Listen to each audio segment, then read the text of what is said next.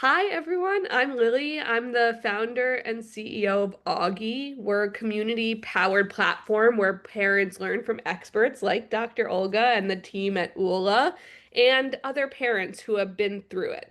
We are so glad you're here. Tonight's event is personal for me. Like I just mentioned, I'm going through this decision alongside. And I'm thrilled to share that I'll be delivering at Mount Sinai West with Dr. Olga, hopefully, fingers crossed, via Oula, which is an amazing practice in Brooklyn. And did I just see expanding to Connecticut? So exciting. Okay, so this isn't about the right way to give birth. It's about feeling informed, well, right way, whatever that means. Feeling informed, supported, and empowered to choose the path best for you. So, on that note, Dr. Olga, hi. Hi, everyone. Feel free to introduce yourself. My name is Olga. I'm one of the OB-GYNs at Oula, which is a practice that started, I believe, like 2021. I've been in practice since 2015. I trained at Jamaica Hospital in Queens, where I worked alongside midwives. We did team-based models like centering pregnancy. We participated in the initiative to get the hospital baby-friendly accredited. And then in 2020, I became a laborist at Mount Sinai West. Laborist is like an OB-GYN who sort of acts as a safety officer on the labor and delivery floor. We kind of just step in when there's emergencies, when anyone needs a hand. And it was during that time in my life where I was exposed to ULA and their care model. And I witnessed firsthand like the amazing care that midwifery promotes. And that's when I jumped over to ULA as their associate medical director. And pretty much ULA is a collaborative care practice where midwives lead care and OB step in when complications arise. So you get the best of both worlds pretty much. Yeah, I didn't know what a midwife was until I heard of Oula. In fact, like I'd heard it before, but it sounded almost like something that was a little bit dated. I didn't realize that midwives are essentially doctors, just not surgeons. And not to plug Oula too much, although this is just my experience and I want to share. I have felt so welcomed at Oula. I feel like it's really, and I've told Haley and Olga and the team this before, but it really is what happens when a hospital meets hospitality. Like they care about me. I've brought my toddler multiple times. There's toys for him. Everyone's welcoming and opposed to my previous experience, which was just it felt very sterile and this feels very welcoming. So you guys are doing a really great job. Um, okay, let's start at the beginning. So what what is a VBAC and how is it different from a repeat C-section? Yeah. So a vaginal birth after cesarean section is the vaginal birth that you have after your first C-section. Got it. You might also hear TOLAC or trial of labor after cesarean. And the trial of labor is what the labor part is. And if successful, will result in like a vaginal birth after cesarean or a VBAC. I did hear that the other day and I was like, come again? So thank you. Okay, got it. Um, and I guess so Tolak trying, what is it? The trial of labor after Trial. cesarean. Trial, believe that makes sense. Okay, so you met me, we talked, I told you I had a previous C-section and people are writing in about their experiences, which I really appreciate. And labor trauma is real, but we only know our own experience. So just for clarity for everyone here, I pushed for 4 hours. I had a baby that was OP, sunny side up. So his head was facing the wrong direction. I'm not the doctor, and ended up in a C-section. And told that to Dr. Olga when we first met. And she asked me, or we talked about, like, if a VBAC was something that I'd want to consider. And for me personally, the number one reason I want to consider a VBAC is because of the recovery. Like, I have a crazy 4-year-old toddler boy at home, and I just cannot envision a world where I have surgery across my abdomen and then also come home to him. So that was like my reason for wanting to try a VBAC. Um, do you want to talk a little bit about like where I am, like what makes somebody a proponent for a VBAC and what doesn't? Cool. Totally. And it's kind of like what you said. If you have a vaginal birth after cesarean section, it typically means that there's less blood loss, there's less pain, Yeah. there's less recovery time. Um, Usually the success rate is about 70 to 80%. It kind of also depends on your providers. I think at Oula, our rate is about 82%. And I think Oh, it's just because the team really does support physiological labor. And in case of emergency, our OBs are there in the hospital with you. So you kind of want to just look around and make sure that your provider, like what their model is and what their threshold is. Um, so that's kind of like the pros of the VBAC. However, there are patients who would rather avoid having an emergency or avoid having a trial of labor that ends up in a C-section. yeah. If you're considering that part of it, then sometimes a repeat scheduled C-section feels a little bit more right for the. Yeah. And I've heard they're very calm, cool, and collected a scheduled C-section. Like you walk yourself to the OR, you get on the table, right? And choose your Yeah. music, you can have your support, whatever that looks like. And you told me, which I thought was amazing, that Mount Sinai West is now allowing doulas in Yes. C-sections. Yeah, they just updated a policy and at both of the hospitals have started doing it. Pretty much as long as it's not an emergency and there's certain rooms that are just a little tight Too tight. space-wise, but I think the majority of doulas that have wanted to participate were able to, which is good because then you have like your medical team taking care of your body, doula, and we try and have like a midwife with you, but they're kind of focused on like the soul part. Yeah. So I I'm even nervous to ask this question because I feel like it can be triggering for people. But can a VBAC be quote unquote planned? It can, as much as you can plan a vaginal birth. Exactly. That's kind of the thing. And that's why I try and focus not so much on outcome because really no one can guarantee a vaginal birth versus a C-section. I guess you can guarantee a C-section, but you can't Yeah. really guarantee a vaginal birth. But what you can try and uphold is like the values, like the ability to have a little bit more power over the decision, to be empowered to make whatever decision you want. Yeah. That's the only thing with that. And I think for those going through a trial of labor, kind of the bonus of that is that at any time you say you're done, Call it. conversation. Yeah, like we're Yeah. not going to push anyone to do anything. If we see that things are not going the way that we wanted to or the way that was expected, we'll be very honest too. So that way it's not an emergency situation as much as we can prevent it. Yeah, I appreciate that. And I said that to Samson, my husband, and I reiterated it to him again after you said that. I was like, if I want to push for 30 minutes and see if that works for me, I can. And then we can call it. It doesn't have to be 4 hours again. For me, I was like, by the time I had my C-section, I was so pumped of drugs and I was so out of it and like my lips were chattering and it was a scary experience and I was exhausted. So, yeah, I definitely don't want to be pushing for 4 hours again if there's no movement. More or things are not moving in the right direction. Yeah. Okay, so I spent the night last Thursday in labor and delivery. We found out I'm 3.5 centimeters dilated, which blows my mind. That you can just like be out here walking around with an open cervix. This is now almost, or was it 2 Thursdays ago? I don't even know. I think it was 2 Thursdays ago. It was 2 Thursdays ago. So I've now been having an open cervix for almost 2 weeks, having active contractions that I'm not feeling. And I guess the question is, what makes someone a good candidate for a VBAC? Because my baby, I'm having another boy, he's head down. You did a cervix check on me last week. Tell everyone what that experience was like. Like you have what we call a favorable cervix. And what Right. we mean with that is that the cervix has to be kind of soft before it opens up.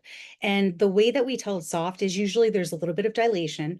The cervix is thin and effaced. The baby's head is down. The cervix is soft and mushy and is kind of facing forward. Cool. Your exam is super favorable. Like Awesome. the chances are good. And that's a good indicator of VBAC. Other things is if you go into spontaneous labor, um, male babies are actually associated with a decreased risk for whatever reason, but it's not Oh, 100%. It's just something that came up. Other things that sort of decrease the chances are things like if you had A C-section for arrest of descent. Sometimes though, it What does depends on the that mean? disease. So it's like when you're pushing and the head doesn't come down, Mm. which sounds like is what happened with you. Yes, like I got fully dilated, which I was told was a good sign. Yeah. Got it. And it could just be a baby's position. If this baby's a little bit not facing like forward, but facing down towards the floor, then it might be a different situation. Cool. Yeah. Things that also give you an increased chance of VBAC is if you had a C-section because baby was breech, because sometimes that doesn't happen the second time around. Or if they had like a deceleration or their heart rate was concerning. Got it. Usually when And you it's just got to like get that baby you out. just, Yeah, yeah. got it. And what about, I just took some notes down on it, like incision type, if you've had a C-section before. Is that something? It is. I think like 99.9% of the time we'll do a fan and steel incision, which means that the incision is side to side on the skin. That's different than the incision that's on the inside. So when we are talking to patients about whether or not to do a trial of labor, it depends on the incision that you had inside. Most of the time, it's going to be the low transverse uterine incision, which means it's going side to side in the lower part of the uterus. Mm, You've had like a classical C-section, or I saw Brandy in the chat say yeah, about history of myomectomy, then it's a little different because any incision on the top part of the uterus, which is the source of strength of contractions, increases the risk of uterine rupture, which means that at that point the uterus can rip open during birth. And depending where your placenta is, it can be an emergency because baby loses blood, moms lose blood, and the only treatment is emergency C-section. So that's why it is kind of an individualized conversation, teasing out the details of what happened in the past C-section to make sure that you're a good and safe candidate for trial of labor. got it. So it sounds like Brandy could potentially try for a VBAC, but they will just monitor her uterus. Like, is that an option for her? It sounds like usually if you've had a myomectomy and your surgeon has told you that you should deliver via C-section, it usually means that they either removed a large number of fibroids, or that when they remove that fibroid, they entered through the wall of the uterus into the uterine cavity. Mm. So usually that's a little bit more risky, and we don't recommend vaginal birth after cesarean for that. Got it. Well, then, Brandy, you can have a calm, cool, and collected scheduled C-section. And I've heard lovely things about that, honestly. Okay, you said something which I want to talk about, uterine rupture. I Yes. hear that and I panic, which I'm sure other people do. That's one of the biggest risks for having or attempting a VBAC. And how do you know that that's happening? Or Yeah. like, let's say you're in going for a VBAC and then, oh no, that happens. Like, then what? Then what? Yeah. The good news is that uterine rupture happens less than 1% of pregnancies. So for every Wow. 100 patients, one patient will go through this. And pretty much it means that where the incision was made the last time, it starts to tear open. There's a few ways that we like figure it out. The first one is moms. They will tell us that they feel like something's off. There's a lot of pain. Baby's position suddenly shifts suddenly, or there's symptoms like bleeding. Baby will also tell us, usually their heart rate will drop and continue to drop without improvement despite like our efforts. And then also the tachometer, which is the other monitor that's on the abdomen on over the uterus when you're in labor. And that's measuring the uterine contractions. And usually when we have contractions, we'll see these like nice peaks as it increases and as it decreases. I saw those 2 weeks ago in labor and Yeah, delivery. if only they would do something. Yeah, I know. But then we wouldn't have made it here, so I'm glad Yes. we were here for this Yeah, just for conversation. this. Yeah, exactly.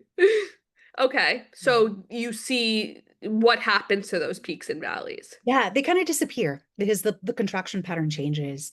And usually the goal is to deliver within 20 minutes of uterine rupture. The studies have shown that this limits the risk to baby, which pretty much comes from lack of oxygen, lack of blood. And the studies sort of vary, but it's estimated that of the 1% of people who experience this, about 6% of those babies will have like some sort of like deficit or damage. The good news is that we're in New York City, so our hospitals, Yeah. like your doctor's there, anesthesia is there 24/7. For Yeah, Oula, would this be a C-section that then you get rushed into that you are put under for? not, it depends. So that's actually a good point. So general anesthesia is used when there's not at least 7 to 8 minutes to go for like the epidural or the spinal. So if it happens that you're having a trial of labor, most of the time, if we see that things are going one way or the other, especially if it's leaning more towards C-section, we'll advise to get an epidural just in case. Got it. Because the alternative to that is that if the epidural isn't in place, there might not be enough time to get the adequate pain control with a spinal or epidural anesthesia. And then the next step is general anesthesia. Got it. Got it. Okay. So epidural with okay, so sorry, just to make sure I understand correctly. If you are at risk or you're showing signs of a uterine rupture, it's straight to the OR. Yes. Got it. Okay. And 1 in 100. I can live with those odds. Uh, Epidural when it comes to a VBAC. I mean, everyone has their own choice. No choice is the right choice. You have to do what's best for you. I want an epidural immediately. So let's talk about that first versus like the pros and cons. Like you're not going to convince me, I don't think, of the other way. So I'm happy to talk pros and cons very openly. Yeah, no, and pretty much pros pain control. Out of all Yeah, the pain options that we have, this is the best version of it. Cons, it's limited mobility. However, yeah. if you're at a hospital like Mount Sinai West, even if you do have an epidural, they have peanut balls. The nurses are trained in peanut ball positioning in different stages of pregnancy. So even with an epidural, they're going to have you flipping side to side. They can still have you sitting on the ball. The only position that's kind of limited when you do have an epidural is getting on hands and knees, depending on how deep of the like how strong the Yeah, I epidural. was like pushing that button like a crazy Yeah. person last time. But we Uh, can still like do different positions and stuff. So there's still space for movement. Okay, Katie just wrote in. I had the same question. I would love to go. She wants to go no epidural and do a VBAC. Katie, you are a badass. But she worries about ultimately needing a C-section and being put under. But it sounds like if it's not an emergency and you do have that 7 to 8 minutes, like I guess at what how many people need to be put under once you go from VBAC to C-section versus having that 7 to 8 minutes to get the epidural? It's pretty rare. I think out of the cases that I've kind of seen, I would say the majority of patients do have an epidural. Yeah. But I would say like maybe 1 out of 10 patients without might, maybe a little higher if it's a true emergency. Maybe like 20 to 30% of patients Okay. And we get, won't quote you on that, but Katie, it yeah, sounds like totally like anecdotal. you go for it. Yeah. Uh, And just talk to your provider. I feel like, especially if they're communicating to you exactly what's going on, there's any concern for a baby showing that there's signs of distress or that labor isn't progressing as it should, then the conversation should be had on maybe now it's time to get an epidural in anticipation of XYZ. And again, if you decide not to, we can work with that. General anesthesia, it's still really comparably low risk. However, it does sort of, it's a different experience. You're not yeah. awake for the birth. Yeah. Okay. That makes complete sense. Now, Taylor here is asking my exact question, Dr. Olga, because Taylor, for context, me and Dr. Olga are waiting for a confirmation from Mount Sinai West about when I can go in for my induction. So it's either going to be the 23rd, 24th, or 25th. And this is my biggest question for you, Dr. Olga. Does an induction decrease your chances of a VBAC? Yeah. So according to the studies, it does, Okay. but so does going past 41 weeks. And I will say there are differences in an Hmm. induction starting from 3 centimeters versus an induction starting from closed long and posterior. And I would say that you kind of have to outweigh the benefits. For example, like the for every labor, every pregnancy, there comes a point where the risk of C-section increases as we get on in gestational age, especially like after 40, 41 weeks. Babies just get bigger, so they have to be in a more exact position. Placentas get tired, so that means they might not perform as we need them to during the labor process. So if it's between induction or going past like that 41-week-ish mark, I think the chances of a VBAC are higher with induction than they might be if you wait long enough so that What baby. about age of the mom? Like, are those factors The like, studies do attribute it to advanced maternal age being a decrease, like a decreased chance, but again, I don't really, it's not something that would deter me from trying. yeah.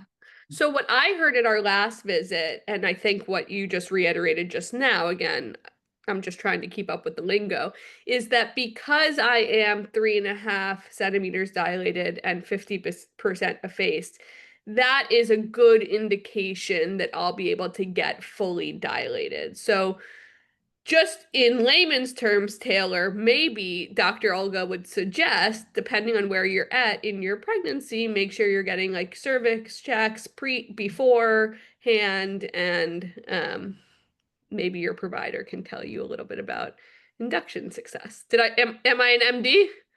MD. Okay, great. um, uh, and then if you get induced, do you Mhm. have to get an epidural? You don't. It's completely up to you. I think I find some patients like want an epidural before we do anything. Other patients kind of want to see what it feels like. And it kind of depends. So, with a history of a C-section, the options for induction of labor are pretty much cervical Foley balloon, which is a sterile thin balloon that's placed through the cervix into the uterus. It's inflated and then it's put on tension, or a Cook's And balloon. that's done at the hospital. So you go in usually nighttime or It depends. It can be done at any time. We do recommend, like, if you can, like, try and get it an afternoon so that way you can sleep through that first part of it and then wake up ready to get into active labor as got it. much as you can sleep, like, in a hospital setting. Yeah. Yeah. Okay, so that's one, the balloon. Yeah. What is the other post C-section for someone trying for a VBAC? Pitocin, the synthetic form of oxytocin, which is the hormone that causes contractions. There is a slight increased risk of uterine rupture if you are being induced with Pitocin. However, this is typically done in a controlled setting where we're monitoring baby. We're being very conservative about increasing the Pitocin and thoughtful about how high we go. And Got it. usually the conversation, if we get to a point where it's a little bit high and there's no cervical change, that's when we sort of start talking about options and kind of our timeline about like how much patient wants to push it, all within the realm of safety. And as long as most of the time there'll be a lot of options, if it ever gets to the point where it's dangerous for mom or baby, it's a different conversation with Of less course. options. And so it's like one of the options potentially, let's say you're doing the Pitocin route. And I am curious, does anyone ever do both? Yeah, we typically recommend both at the Oh, same time, cool. Okay. especially if your cervix is right. But you're a little different. So the cervical balloon is really for ripening. If But you're I'm really right. ripe, yeah, you might just need a little bit of Pitocin, maybe artificial rupture membrane, and things will go.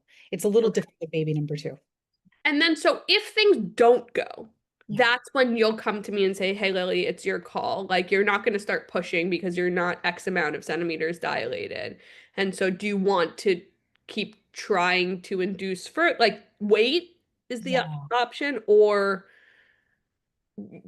go into a C-section? Yeah. And there's like different time frames that we're looking at. So latent labor is from 0 to 6 centimeters. That typically takes more time. So Yep. usually we call it an arrest of induction. If a patient has not made any cervical change, 12 to 24 hours after rupture of membranes with Pitocin. And that 12 to 24 is there to guide for different reasons. If you have like high blood pressure, it looks like you're getting an infection, then we might lean more to 12 hours versus someone who baby looks great, mom is great, nothing is really happening, we might have a little bit more time. And Got then it. we get it past 6 centimeters, we expect cervical change every 4 to 6 hours. So Oh, if we're cool. hitting these milestones and we're not seeing change, sometimes if mom and baby look great, we could add a little bit of time. If there's more things that are kind of concerning, sometimes we make the decision before that time runs out. And Dr. Olga, I need you to read Taylor's question because I definitely cannot pronounce this. Oh, Cervidil. A lot of places don't have Cervidil. So Uh, Cervidil, is a ripening agent. okay. Yeah, and you can use it, including in VBAC. The only medication and Cervidil, the difference with that, it's like a little tampon of medication that gets placed inside the vagina, and it's typically left in for a long time, like 12 to 24 hours, depending. The only medication that's really contraindicated for induction is misoprostol or Cytotec, because then the risk of uterine rupture increases from 1% to 30%, which Oh my God. No, no, no. No, thank you. Okay. Is it okay to go in with no plan? First time my water broke and I was dilating well, but I asked for an epidural due to the pain. Yep, I get that. Then yeah. they lost the baby's heart rate. The second time, can I try to postpone any intervention? Yeah, and I think it's good to just check in with your provider Of because there's course. always By the details. way, always check in with your provider, Yeah, even after this conversation. This is just a friendly conversation between doctor and her patient, and your questions we want to make sure are getting answered, but check with your provider. yeah, Anyway, proceed. the details. Um, and I think you can. I think sometimes, especially for water breaking, there's times when we want to do it. For example, if someone hasn't made cervical change in 4 to 6 hours, pitocinin's going up and up and nothing's happening. Sometimes a rupture is good because the amniotic fluid has chemicals in it that help labor get started. I totally get not wanting intervention, but I think it just sort of depends on why they want to do it and talking with your provider to see like what the options are. Again, like a lot of times in labor, there's a lot of gray choices where it's not really going to change outcomes. However, if there's things that are popping up where we want to kind of expedite delivery, either preeclampsia, signs of infection are like the more common ones, then we Mm. might recommend that a little bit sooner. But speak to your provider because then they might have like some help you come up with a plan to try and avoid intervention if possible. Yeah, indoors for me, like unless my water breaks between naturally between or bleeding or the other symptoms Dr. Olga told me about to look out for, or I don't feel the baby moving as frequently. My plan, quote unquote, is to go in for an induction, and unless I'm progressing, I don't want to be in a situation where I'm pushing again for 4 hours. So that's like the extent of my plan. And I think like, people make these birth plans and then inevitably things change. So I like that you're even asking this question because it shows that like you're flexible. Yeah. Okay, I had this question too, but then I waited a little longer, but I did have this at one point. Is there a certain amount of time you recommend waiting between pregnancies/deliveries to be better candidate for a VBAC? Yeah, the usually in general, we recommend at least 18 months between deliveries, because the studies show that if you have a shorter inter-pregnancy interval, there's a slight increased risk of preterm labor and fetal growth restriction that can lead to small for gestational age babies. Like, That's regardless of if you're going for a VBAC or yeah.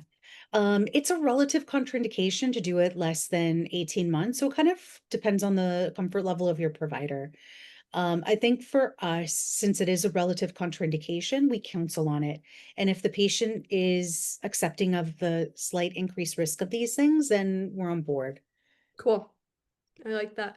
And then talk about actually just Mount Sinai West in general, because I thought this was pretty cool. Is it true that it's one of the only hospitals in the country that allows you to attempt a VBAC post two C-sections? Yeah, I probably in the country, definitely in New York City. That's Yeah, and awesome. it's not like for every patient. I think Yeah. it's a very thoughtful consideration, but they at least consider it, which is huge. Yeah, that Yeah. is huge. I like that a lot. Okay. I like the questions. Keep them coming. Um, what in what scenario I know breech, but would a scheduled C-section be the best choice? Yeah, I think if there's any medically indicated complications where you don't have time for an induction or any other like contraindications to not having vaginal birth are the main ones. But if everything is kind of routine, I think the main one is just patient preference. I think sometimes emergency C-sections can be very traumatic. Everything is happening in a chaotic fashion. There's not enough time to fully understand what everyone is trying to scream at you at the same time. Lack of pain control can be an issue. So I think sometimes for patients who really don't want to experience the chaos of it, it's a good option. Yeah.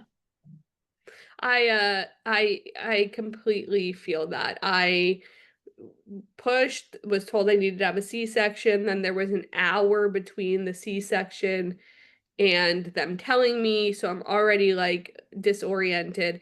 And then I was at a hospital. I told you this, that was a teaching hospital. There were so many people in the room.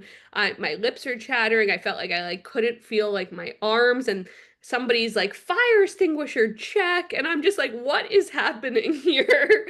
So I'm going back to, who was it? Was it Taylor or Katie who has to do the scheduled C-section? Like at least your C-section will be like a chill environment, and you can bring in an eye mask or just make it relaxing for you? Ashley's asking, oh, and while we ask this question, I am just like curious generally because until I went to Oula, I had heard of the peanut ball, but I never knew it was like introduced really during labor or even if you had an epidural, definitely not. So I am curious, like, if this is your second or third or whatever pregnancy, did you use the peanut ball? Um, that's just a personal question I have. But anyway, feel free to write in, and in the meantime, we'll get to Ashley. Does mild preeclampsia with first C-section, oh, I'm winded. Now you know how pregnant I am. With first C-section, increased risk of it happening again, and is VBAC still an option? Yeah, that's a really good question. So pretty much as a rule, like anytime anything happens in your first pregnancy, it unfortunately increases the risk of it happening in subsequent pregnancies, especially like preeclampsia. So you just want to make sure that you're monitoring, you understand what the signs and symptoms are, and that you're talking with your provider, especially if you have any of the symptoms, which can be really subtle. So like headache that doesn't go away, you notice swelling of the hands and face and feet all of a sudden that doesn't go away, visual changes that are like little floaters or little blurry fields, any weird pain. Sometimes it can start as like kind of like a gas feeling in the middle of the belly. Hmm. You want to check in with your provider just to make sure they're not missing anything. I would say with the majority of mild preeclampsia cases, we have enough time to do an induction of labor or trial of labor after C-section. If the things that would sort of make a C-section safer, or if it's severe preeclampsia where you're having to have multiple medications to control the blood pressure, or a really rare version of preeclampsia, which is called HELP syndrome, where the red blood cells are destroyed, the platelets start to become destroyed, the liver enzymes start to elevate, and that can be a little bit dangerous. So when we see that, usually, especially if the platelets, which are the cells that are responsible for clotting blood, if they Hmm. start to decrease at a rapid rate, then we lean more towards imminent delivery, like expediting delivery. Now I feel like I have floaters, a headache, and swelling. Mary's asking a question that I want to know the answer to as well, because Mary, for context, and I'll read the question out loud in 1 second, I was told that my 36-week growth scan, or whenever you do that, that the baby is 98 percentile. So let's talk about this. Given how unreliable ultrasound measurements can be, do you consider those at all a factor when considering to try for a VBAC? Thinking about head size here, which contributed to my emergency C-section. Oh, sorry, Mary, that we had similar experiences. Also, my first one was large too, but I don't know. We'll let the expert in the room speak. No, I think it is something to consider. I think for people who are kind of on the fence, this might be the thing that puts it over one versus the other. And I will say it is an estimate. They can be up to 500 grams, like a poundish off either way. Um, Babies will usually tell us that they're too big. Either the cervix will stop dilating, or once you're fully dilated, if the baby's not in a tight enough position, then the head just won't come down. Wow. So if you're thinking about doing a trial of labor and you do have a large for gestational age baby or macrosomia, talk to your provider. And I think like what I tend to do is if I see that labor is like taking a little bit longer than I expected, or there's enough signs that baby's just not coming down with pushing, then we talk about it. And instead of pushing for 4 hours, maybe we only push for one, Yeah. especially if you have a history of that already. But it's not a contraindication for trying because every baby's different and every position is different. Yeah. Okay. Well, Mary, I'm thinking about you. Um, You just made me remember something from my delivery. Now, I'm sure a lot of people on this call, especially if it's their second kid, can relate. I was delivering towards the like middle-ish of COVID, I guess, August 30th, 2021. Like things were lifted a bit, but it was during a nurses' strike because some people didn't want to get the COVID vaccine. It happened to also be a flood in the city. If you were in the city that time, you remember. Um, and I was told by the nurse at the time that if the doctor was able to give me more attention, the hospital was very busy and short-staffed this night, she could have potentially rotated the baby's position. So again, Jackson, my son, was sunny side. Is this something that you would do or try to do if you were potentially there? It's case by case Yeah. basis. Yeah, because that's the thing. Like what we're doing is like literally like shoving the baby up a little bit to try and get them to rotate. Yeah, because you need space So to move them. yeah, and you don't want to do it if a baby's already showing signs of being stressed, or if you have like a little baby whose fetal growth restricted, meaning that their estimated fetal weight is less than 10th percentile and you're being induced for that reason. So I think it's sometimes we can try to do it. It just depends. It typically involves doing a sonogram, trying to see like where baby is, where the cord is, if there's enough fluid to try and do this safely. Yeah. Got it. Yeah, that makes complete sense. Okay, let's transition just to, what I was talking about with Ula. I think that's different than other practices is that you really seem to care about the parent and it's not just about the baby. So as I know this is an emotional decision, and that part is often overlooked by some providers, sadly. I do not feel that is the case with you, just to be super clear. So, what advice do you have for processing emotions and pressure around the decision? And then a follow-up to that is if you feel like your provider isn't giving you the support that you need, what do you do? Yeah.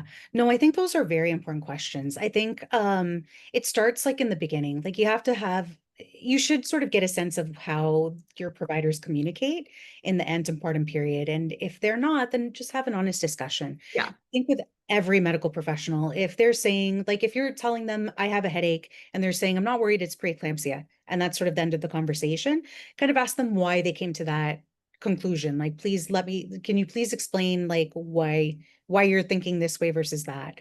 yeah, When it's time to come to make decisions, you can ask for a break. You can ask for 5 minutes to just do a huddle, as long as it's not an emergency. I would say there's like 1 to 2% of cases where we just don't have time. But for yeah, the majority of cases, we can list the options, we can go over the risks and benefits and what the alternatives are, and then step back and just let you and your family and support group kind of process information, come up with a plan, have more time for questions if needed. yeah. And that's what I'm not having a doula personally, which is a whole other story. I would have, but I just like whatever. I thought about it too late and here we are. But anyway, I think one of the benefits of having a doula is that you have somebody there who's on your team specifically, not working with the hospital, working and employed by you to be your advocate and kind of be your dictionary when it comes to something that is overwhelming. So maybe if you are having a more emotional time with this decision, consider a doula. Would that be potential advice you would give? 100%. I think doulas are like the missing communicator. Sometimes they translate like what we're trying to say in a way that the patient can understand, Yeah, which is yeah, nice. that makes complete sense. I want to make sure we're answering everyone's questions. Those were my questions. I feel like I definitely feel more in control of the situation than I did leading into this conversation. So I hope everybody else feels the same. And I'll just wait a second to see if anybody has a question. Also, feel free to unmute if you do. This is always a little awkward, Dr. Olga, because sometimes people do, sometimes people don't, but we'll see. Okay. Well, Dr. Olga, I'll either see you or I won't. You'll either be at the hospital or you won't. You'll let me know what day my induction is, and we'll go from there. And then everybody, again, you'll get the recording in your DMs. Oh, question may be coming in. Oh, just thank yous. Oh, everyone. Oh, how do you sorry, I did miss a question. How do you confirm the incision on uterus?